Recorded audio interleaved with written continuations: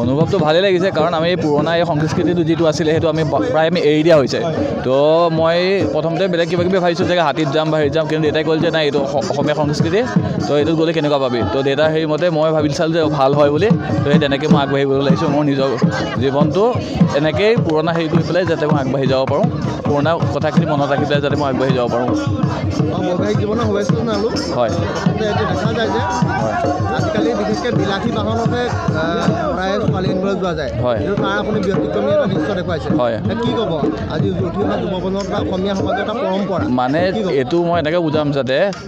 আপুনি যেতিয়া আপুনি কাৰোবাক জীৱনসাথী যদি বনাবলৈ গৈছে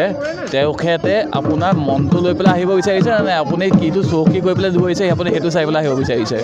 তেখেতে যদি মোক যে এনেকৈ যদি মান্তি লৈছে তেন্তে হয়তো তেখেতে মোৰ লগত আৰু চিৰ জীৱন এনেকৈ থাকি যাব পাৰিব তো সেইটো হিচাপে মই এনেকৈ ওলাই দিব গৈছোঁ আৰু মোৰ বিশ্বাস আছে যে তাই ইয়াত মোৰ লগত সদায় এনেকৈ থাকিব কইনা ঘৰ বেছি দূৰ নহয় এই আপোনাৰ 1 কিলোমিটাৰ ভিতৰতে সেই বুলিও মই গাড়ী চাড়ী নোহোৱাকৈ মই এনেকৈ যাম বুলি মই বেছি